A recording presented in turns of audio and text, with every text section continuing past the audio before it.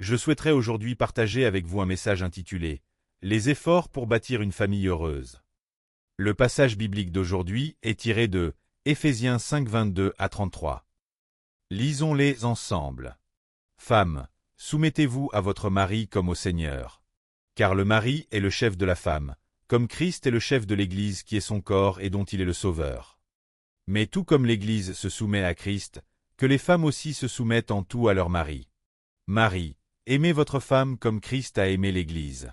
Il s'est donné lui-même pour elle, afin de la conduire à la sainteté après l'avoir purifiée et lavée par l'eau de la parole, pour faire paraître devant lui cette Église glorieuse, sans tache, ni ride, ni rien de semblable, mais sainte et irréprochable. C'est ainsi que les maris doivent aimer leur femme comme leur propre corps. Celui qui aime sa femme s'aime lui-même. En effet, jamais personne n'a détesté son propre corps. Au contraire, il le nourrit et en prend soin, tout comme le Seigneur le fait pour l'Église. Parce que nous sommes les membres de son corps, formés de sa chair et de ses os. C'est pourquoi l'homme quittera son père et sa mère, s'attachera à sa femme, et les deux ne feront qu'un. Ce mystère est grand, et je dis cela par rapport à Christ et à l'Église. Du reste, que chacun de vous aime sa femme comme lui-même et que la femme respecte son mari. La famille est une réunion composée de parents et d'enfants unis par des liens de sang. C'est pourquoi, plus que tout autre groupe, la famille est un endroit intime, chaleureux et rempli d'amour. Cependant, de nos jours, de nombreuses familles s'effondrent et se désintègrent si facilement. Quelle en est la raison? Au port de New York, aux États-Unis, un grand nombre de personnes, y compris le président et les membres du gouvernement, s'étaient alignés pour attendre quelqu'un. À ce moment-là, un navire de guerre est arrivé, accompagné des performances d'une fanfare militaire et des salves d'honneur. Mais du navire, on a débarqué une dépouille mortelle. Cette dépouille n'appartenait ni à un grand homme politique, ni à un général qui avait accompli des exploits militaires. C'était celle d'un simple citoyen qui recevait un tel hommage uniquement en raison d'une chanson qu'il avait écrite. Cet homme était John Howard Payne, l'auteur des paroles de Home Sweet Home, une chanson que nous connaissons également très bien. Les paroles disent « Même si on m'appelle dans des lieux joyeux, mon seul lieu de repos est ma petite maison, rien que ma maison. » Devant sa dépouille, le président des États-Unis a déclaré « Il nous a appris ce qui est le plus précieux sur cette terre, et parmi toutes les choses que l'on peut faire ici, ce qui est le plus significatif. Home Sweet Home, une douce maison, voilà ce qu'est une famille douce et agréable. Mais aujourd'hui, les familles s'effondrent et se désintègrent si facilement. C'est notre tristesse et notre tragédie. Tout d'abord, parlons de « le mariage est une union sacrée ». Qu'est-ce qu'un couple? De nos jours, il semble que les gens considèrent souvent le mariage comme une simple union animale. Chez les animaux, l'accouplement sert à la reproduction de l'espèce. Mais pour les êtres humains, le mariage et le fait de former un couple ne sont pas uniquement destinés à la procréation. Le mariage humain est une institution ordonnée par Dieu lui-même. Dans Genèse 2,18, Dieu dit, « L'Éternel Dieu dit, il n'est pas bon que l'homme soit seul, je lui ferai une aide semblable à lui. » Le critique social John Ruskin a déclaré, « L'histoire de l'humanité n'est pas l'histoire du monde, mais l'histoire de la famille. Le niveau d'un pays ne peut pas dépasser celui de ses familles, et la survie d'un pays dépend de la survie de ses familles. » De plus, Aristote a affirmé, « La famille constitue la cellule fondamentale de l'État. » Soulignant qu'un grand nombre de familles saines et heureuses est nécessaire pour qu'un État soit en bonne santé. La raison pour laquelle la famille est si importante réside dans la volonté de Dieu. L'humanité forme une famille par le mariage, et par l'unité au sein de cette famille, elle peut vénérer et adorer Dieu. Lorsque Dieu a créé l'homme, il ne l'a pas simplement façonné à partir de la poussière pour ensuite former un couple. Après avoir créé l'homme, Dieu a pris une côte de l'homme pour créer la femme. Le fait qu'elle ait été créée à partir d'un os est porteur d'une signification profonde. Les descendants de Thomas Jefferson, ancien président des États-Unis, organisaient chaque année une réunion pour honorer leur ancêtre. Mais une année, des Jefferson noirs se sont présentés et ont déclaré qu'ils souhaitaient également participer. Cela a suscité des controverses. Jefferson était blanc, comment des personnes noires portant le nom de Jefferson peuvent-elles participer? Finalement, les Jefferson noirs ont porté l'affaire en justice, et un test ADN a été effectué. Dans le tombeau de Jefferson, tout avait déjà disparu à l'exception des os, et l'analyse de l'ADN des os a révélé qu'il correspondait à celui des Jefferson noirs. Après la mort de sa femme, Le président Jefferson vivait seul et avait entretenu une relation avec une domestique noire. Cette femme a quitté la maison et a donné naissance à un enfant qu'elle a nommé Jefferson, et ses descendants se sont multipliés. Ainsi, les descendants noirs et blancs de Jefferson ont fini par organiser une cérémonie commémorative commune. J'ai lu cette histoire dans un livre. De la même manière que les os ne se décomposent pas facilement. La relation entre mari et femme ne doit pas être une relation temporaire qui se fait et se défait. C'est une relation semi-permanente qui dure longtemps. Pendant toute la durée de la vie sur cette terre. C'est une relation qui ne disparaît pas, une relation que Dieu lui-même a créée pour être inaltérable, la relation conjugale. Deuxièmement, parlons de la relation conjugale. Lorsque Dieu a créé la femme, il l'a façonnée à partir de la côte de l'homme, ce qui signifie qu'il l'a créée sur un pied d'égalité. La côte est située près du cœur, ce qui symbolise l'amour et l'égalité des droits humains dans leur vie commune. C'est pourquoi il est écrit dans Galates 3:28. Il n'y a plus ni juif ni grec, il n'y a plus ni esclave ni libre, il n'y a plus ni homme ni femme, car tous vous êtes un en Jésus-Christ. Cependant, dans la gestion de la vie de famille, l'ordre diffère. Bien que tous les êtres humains aient des droits égaux, il est impossible que tout le monde soit président ou directeur. De la même manière, dans la vie quotidienne, il existe des différences de rôle et de fonctions. Dans la famille, bien que le mari et la femme aient des droits égaux, il existe une hiérarchie dans leurs rôles respectifs en tant que mari et femme. La Bible décrit cela comme une relation entre la tête et le corps. Éphésiens 5:22-24 déclare « Femmes, soyez soumises à vos maris comme au Seigneur, car le mari est le chef de la femme. Comme Christ est le chef de l'Église, qui est son corps, et dont il est le sauveur. Or, de même que l'Église est soumise à Christ, les femmes aussi doivent l'être à leur mari en toutes choses. » Ces paroles ne concernent pas les droits humains, mais la question des rôles au sein de la famille. Pour construire une famille ensemble, il est impossible que les deux soient leaders. Le mari guide à l'avant, tandis que la femme soutient à l'arrière. Le mari joue le rôle de leader, et la femme celui de suiveuse, établissant ainsi une relation de coopération au sein de la famille. Si cela est mal compris en pensant que la femme est inférieure à l'homme, ou que l'homme doit dominer la femme, c'est une erreur. Dans cette relation de coopération, le mari devient la tête et la femme le corps. Avez-vous déjà vu une tête et un corps se disputer? Un corps sans tête ne sait pas où aller, et une tête sans corps ne sert à rien. La tête et le corps ne font qu'un, mais leurs rôles sont distincts.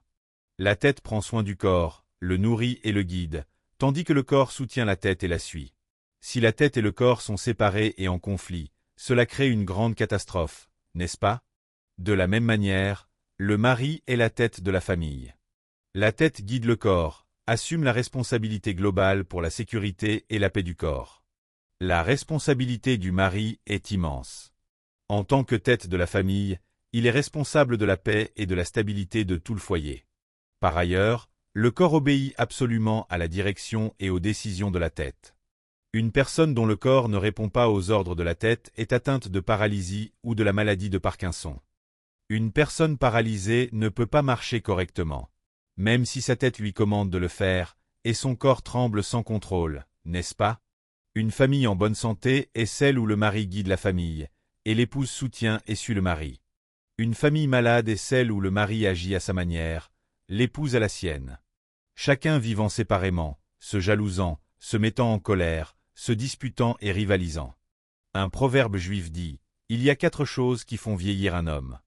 L'inquiétude, la colère, les enfants et une mauvaise épouse, mais la pire de toutes est une mauvaise épouse. » Dans le Talmud, il est écrit « L'homme le plus heureux du monde est celui qui a une épouse obéissante. » Si un mari aime sa femme comme son propre corps et si la femme, en tant que corps, obéit absolument à la direction et aux décisions de son mari.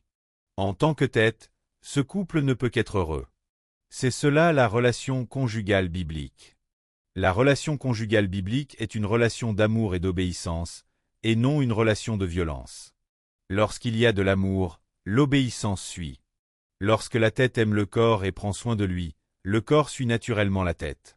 De la même manière, si un mari aime et prend soin de son épouse, elle le suivra, lui obéira et le servira bien. L'amour engendre l'obéissance. Pourquoi donnons-nous notre vie pour Jésus?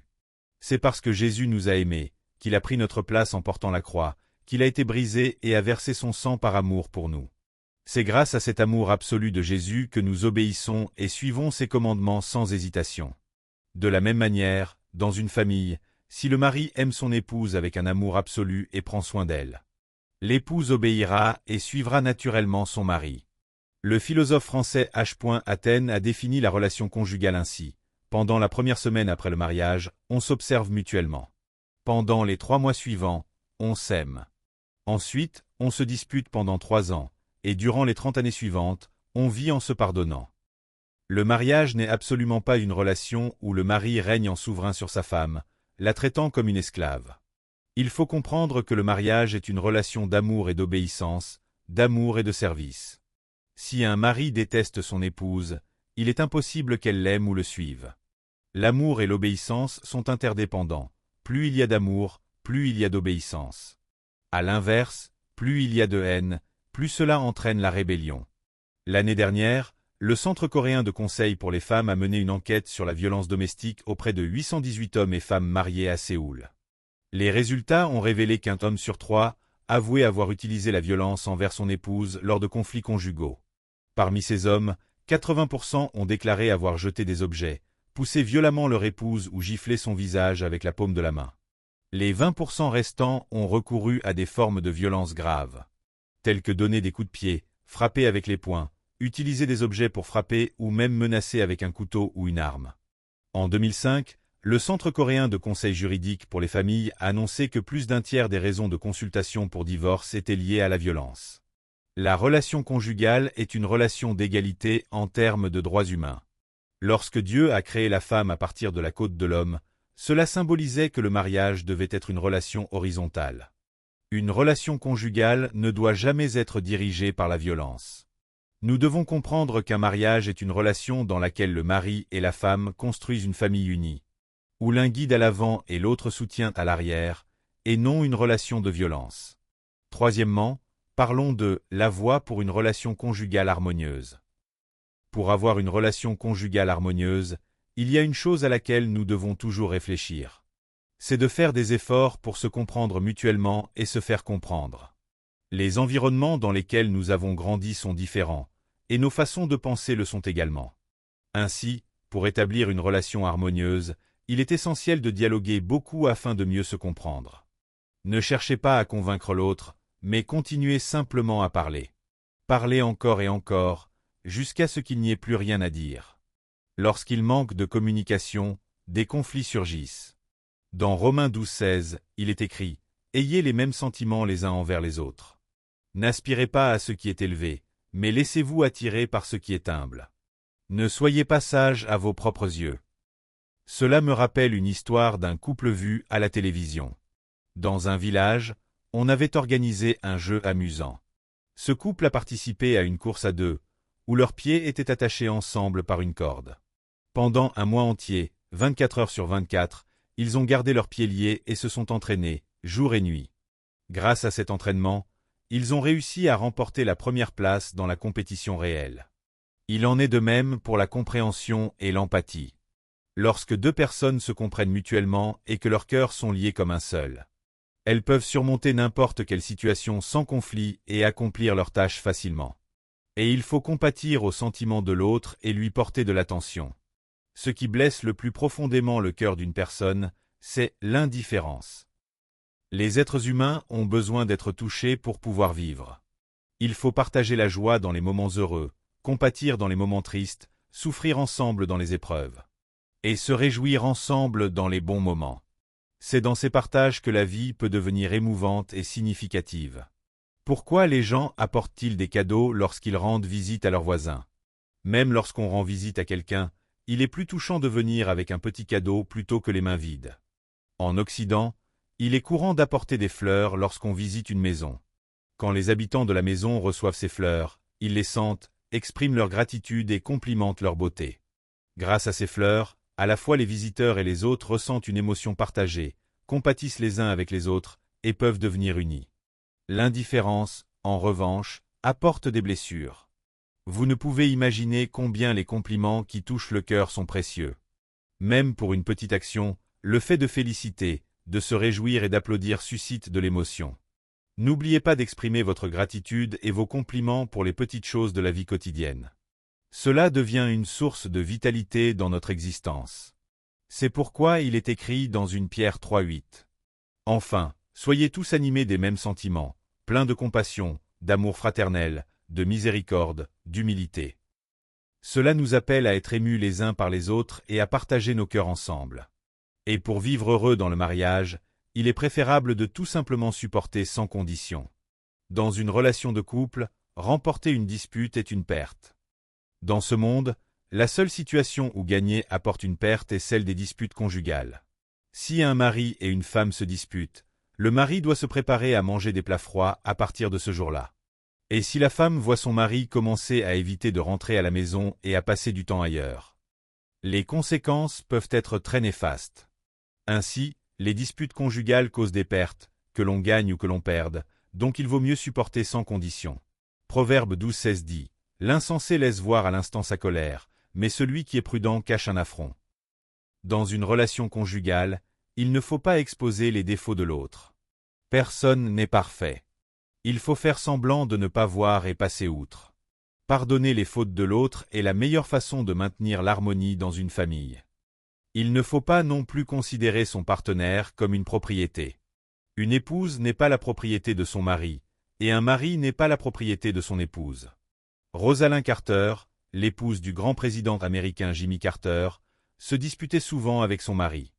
Les disputes entre eux portaient sur la gestion du temps.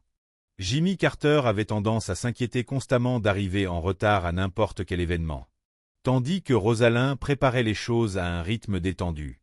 Ils se querellaient presque à chaque fois avant de sortir ensemble. Un jour, pour l'anniversaire de Rosalind, Jimmy Carter a écrit dans sa carte « Peu importe combien j'essaie, je n'y arrive pas, alors je vais vous accepter tel que vous êtes. Chérie, jusqu'à aujourd'hui, je vous ai causé beaucoup de tracas. Mais à partir de maintenant, je vous laisse vivre librement sans contrainte sur la ponctualité. » En recevant cette carte, Rosalind était ravie et a dit « C'est le meilleur cadeau d'anniversaire que vous m'ayez jamais offert. » À partir de ce moment, même lorsqu'elle prenait son temps, son mari ne disait rien et attendait patiemment. À partir de là, ils ont cessé de se disputer. En acceptant et en reconnaissant l'autre, ils ont trouvé la paix. De la même manière, chaque personne a sa propre personnalité, ses habitudes de vie et sa manière de penser. Il ne faut pas interférer avec chaque détail en exigeant que l'autre devienne comme soi-même. Les époux ne doivent pas se mêler excessivement des affaires personnelles de l'autre. Puisque chacun a une vie privée, il est important de respecter cette liberté et de ne pas s'imposer dans la vie de l'autre. Si l'on envahit trop la vie privée de l'autre, les disputes conjugales n'ont pas de fin. Le professeur John Gottman de l'Université de Washington, une autorité mondiale en matière de thérapie conjugale, a analysé 3000 couples sur une période de 35 ans. Il a identifié 4 raccourcis menant au divorce. Les critiques mutuelles, les justifications, le mépris et le fait de construire des murs émotionnels entre les partenaires. Selon lui, le remède aux problèmes conjugaux est le suivant: commencer les disputes doucement. Il a expliqué que si une épouse aborde un sujet avec douceur, cela détend les émotions du mari et active le lobe frontal du cerveau, responsable de la réflexion et de la prise de décision. Par conséquent, lors d'un conflit, il faut éviter de crier ou de se montrer agressif, mais parler doucement. En abaissant le ton, il devient possible d'imaginer et de comprendre les perspectives de l'autre, permettant ainsi de dialoguer, de se comprendre mutuellement et de résoudre les problèmes. Il a insisté sur le fait qu'il ne faut jamais crier ni se disputer violemment. De plus, il est essentiel de coopérer pour le bonheur de l'autre. Comme nous vivons ensemble, nous ne devons pas seulement chercher notre propre bonheur en ignorant celui de notre partenaire. Il faut faire de son mieux pour aider l'autre à vivre une vie heureuse, joyeuse et réussie. Un mari doit être prêt à se sacrifier et à tout faire pour que sa femme soit heureuse et épanouie, et une femme doit également soutenir son mari. Le pasteur John Huston, qui a travaillé en tant que missionnaire en Corée pendant 30 ans comme nous, m'a accompagné lors de voyages missionnaires à l'étranger. Ce qui m'a toujours étonné, c'est qu'il portait toujours une note écrite par son épouse dans sa valise. Elle contenait des messages comme « Mon chéri, fais comme ceci ». Je riais souvent en voyant ces notes. Cependant, ces petites attentions jouent un rôle immense dans le soutien mutuel et le bonheur conjugal. Lors de la présidence de Truman aux États-Unis, Newbold Morris, qui occupait un poste important, a été accusé d'abus de pouvoir et convoqué pour une audition au Congrès. Pendant son témoignage, il s'est montré de plus en plus énervé, élevant la voix, alors qu'il exprimait sa colère contre ce qu'il considérait comme une calomnie. À un moment donné, il a mis la main dans sa poche pour sortir un mouchoir, mais à la place, un petit morceau de papier en est tombé. En lisant la note, il s'est mis à rire aux éclats devant les membres du Congrès. Lorsqu'un autre membre lui a demandé pourquoi il riait, Newbold Morris a répondu « J'ai l'habitude de crier lorsque je suis en colère, et aussi de jeter mes vêtements un peu partout. Ma femme, qui connaît bien ses habitudes, m'a écrit une note qu'elle a glissée dans ma poche ce matin avant que je ne vienne au Congrès. La note disait « Mon chéri, ne crie pas et ne jette pas tes vêtements n'importe où. » En voyant cela, je n'ai pas pu m'empêcher de rire. Son histoire a fait rire tous les membres du Congrès, et grâce à sa femme, il a obtenu le pardon lors de l'audition et le problème a été résolu. Aider son partenaire, c'est compenser ses petites faiblesses et contribuer à une vie heureuse ensemble. Le mariage est l'union de deux personnes, un homme et une femme, ayant des personnalités, des parcours de vie, des éducations et des expériences complètement différents. Ce n'est donc pas une tâche facile. Dans un livre que j'ai lu, l'auteur explique que les hommes et les femmes viennent chacun d'une planète différente avant de se retrouver sur Terre pour vivre ensemble. De la même manière, leur parcours, leurs pensées, leur personnalité et leurs loisirs diffèrent. Deux personnes si différentes vivant ensemble font face à de nombreuses épreuves et difficultés. Pour surmonter ces défis, il faut réfléchir à l'amour de Jésus-Christ manifesté à travers la croix et s'efforcer constamment de comprendre l'autre. À travers l'amour de Jésus, il faut chercher à comprendre son partenaire, à lui témoigner de la compassion, à s'émouvoir, à le complimenter, à le réconforter et à l'encourager en toutes circonstances. Ensuite, il faut prendre la décision d'aimer, non seulement ses qualités mais aussi ses défauts et ses imperfections. Il faut décider d'aimer tout en supportant. Persévérer dans la patience, c'est cela la vie. La vie conjugale n'est pas toujours romantique. C'est une vie où deux personnes apprennent à se comprendre, à se soutenir, à s'aimer et à se montrer patientes au fil du temps. Je prie au nom du Seigneur pour que chacun d'entre nous puisse bâtir un foyer heureux en persévérant dans la patience, afin de glorifier Dieu. Prions tous ensemble. Inclinez la tête et prions ensemble. Notre Père céleste plein d'amour, en ce mois dédié à la famille. Nous reconnaissons que le bonheur et l'amour conjugal sont ce qu'il y a de plus important. Lorsque les couples se brisent et que les familles s'effondrent, la société devient instable, et lorsque la société vacille, cela fragilise la nation tout entière. Seigneur, par ta grâce en Jésus-Christ, tu as permis à des personnes, qui étaient autrefois étrangères l'une à l'autre, de se rencontrer et de former une famille. Aide-nous à bâtir des foyers exemplaires remplis de compréhension, de compassion, d'amour et de patience. Nous savons que le bonheur familial ne vient pas par hasard, mais qu'il nécessite des efforts et un travail constant. Seigneur, donne-nous la force et le courage de persévérer dans ces efforts et ces actions. Nous te prions au nom de Jésus-Christ. Amen. Alléluia. Avez-vous reçu beaucoup de grâce à travers la parole? Je vous bénis de tout mon cœur au nom du Seigneur pour que vous soyez de plus en plus armés de la parole de Dieu et remplis du Saint-Esprit, afin que vous meniez une vie victorieuse dans ce monde. Si vous avez aimé cette vidéo, n'oubliez pas de vous abonner à la chaîne, d'activer les notifications et d'appuyer sur le bouton « J'aime ». Cela nous aide beaucoup à préparer plus de vidéos remplies de grâce. Nous nous retrouverons avec joie dans la prochaine vidéo. Que Dieu vous bénisse grandement.